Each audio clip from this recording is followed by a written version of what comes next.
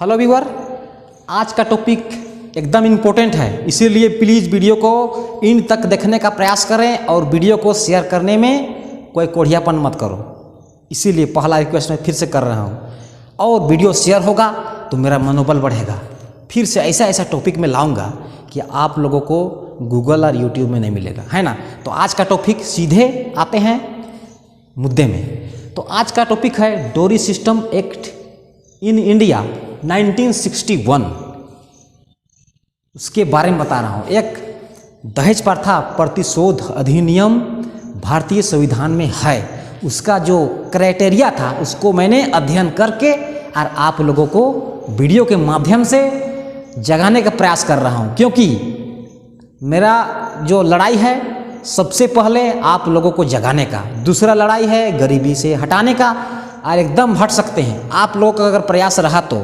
और तीसरा लड़ाई है दहेज मुक्त तो नहीं कर सकता हूं, लेकिन दहेज को कंट्रोल किया जा सकता है, दहेज प्रथा को कंट्रोल किया जा सकता है ना। तो आज का टॉपिक है वही डोरी सिस्टम एक्ट के बारे में मैं चर्चा कर रहा हूं।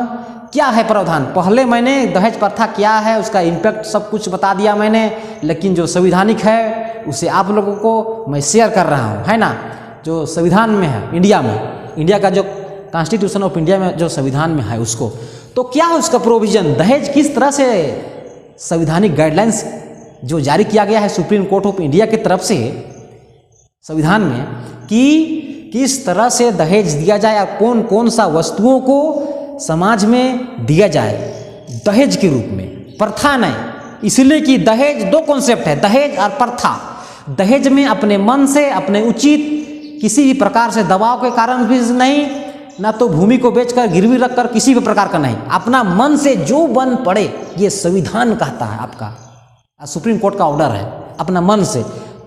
तो सुप्रीम कोर्ट ऑफ इंडिया ने कहा, विवाद हुआ देश के अंदर, पहले ऐसा नहीं था, लेकिन 1961 में जब देखा गया देश के अंदर माहौल खराब हो रहा है, गरीबों में और ज़्यादा दबाव हो रहा है गरीबी के दलदल फंसने के लिए, इसीलिए सुप्रीम कोर्ट ऑफ इंडिया ने ये दबाव में आके पब्लिक को बचाने के लिए इस तरह का प्रावधान लाया, है ना। तो उसमें क्या क्या का प्रावधान है आपका, हो गया महंगी जेवरात में सोना चांदी इत्यादि, है ना, और आपका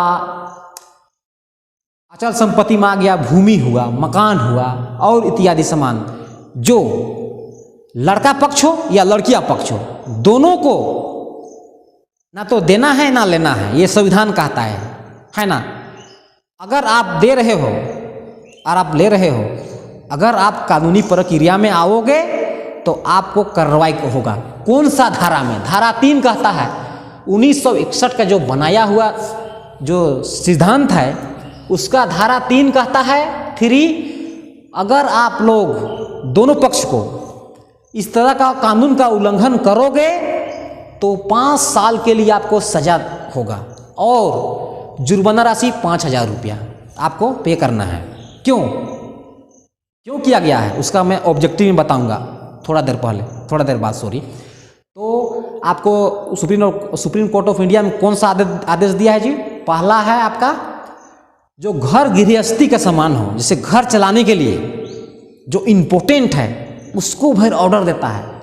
और मैं भी यही बात को मैं कहता हूँ, क्योंकि बचाना है आपको, बाइक को हटा दो सीधे, सोना चांदी कम से कम जो इम्पोर्टेंट है उसको भर दिया जाए, बाकी बात सबको बक्सा में रखने के लिए आप लोग देते हो। क्यों, आपको पूंजी का जो प्रभाव है, सर्कुलेशन ऑफ कैपिटल जो आपको विकास करने के लिए इम्पोर्टेंट है, तो आप क्यों देते हो, कुछ फायदामंद नहीं है, क्योंकि फायदा चाहिए ना आपको, बेनिफिट। तो इस तरह से मैं भी कहता हूँ, और लग्जरियस सामान को कटौती किया जाए, है ना, गरीबों को प्रोटेक्शन देने के लिए। तो ये था प्रावधान, है ना, प्रोविजन इसको कहते हैं, प्रावधान। अब आता है इसका ऑब्जेक्टिव क्या है, ऑब्जेक्टिव में आप लिख सकते हैं, पहला protection of property, protection of poor people in India, poor people in India.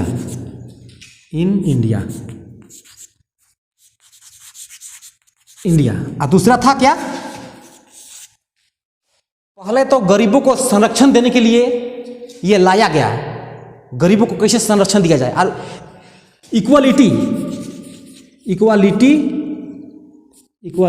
Income and wealth, income and wealth, है ना। तो दो इसका ऑब्जेक्टिव था, संविधान में क्यों लाया गया, तो उसका दो कारण था, दो ऑब्जेक्टिव उसको कहते हैं। ऑब्जेक्टिव में आपका उद्देश्य होता है, उद्देश्य में आपका गरीबों को संरक्षण देने के लिए। क्यों, हमारे समाज में दबे कुचले लोग, शोषित पीड़ित लोग को बचाया जा सकता है गरीबी के दलदल में फंसने से, और उसका उत्थान के लिए, गरीबी से ऊपर उठाने के लिए ये संविधान का जो ढांचा है, तंत्र है, उसमें लाया गया। क्यों, गरीबों को बचाने के लिए, है ना। और इनकम एंड वेल्थ को कम करने के लिए, कम दूरी, यानी हमारा देश में इनकम एंड वेल्थ का जो इक्वलिटी है, बहुत डिफरेंस, और दुनिया के और कंट्री है उससे ज़्यादा डिफरेंस है हमारा देश में। तो इनकम, आय और धन का जो संपत्ति है, उसको जो है मतलब दूरी जो है उसको कम करने के लिए लाया गया, असमानता को कम करने के लिए। क्योंकि आय का असमानता अगर देश में बहुत ज़्यादा होगा डिफरेंस, तो गरीबी और ज़्यादा पकड़ में आएगा, इसीलिए इसको लाया गया। तो शॉर्टकट मैंने बता दिया। अगर आप कमेंट के माध्यम से कुछ कहते हो तो कह सकते हो। Very very thanks.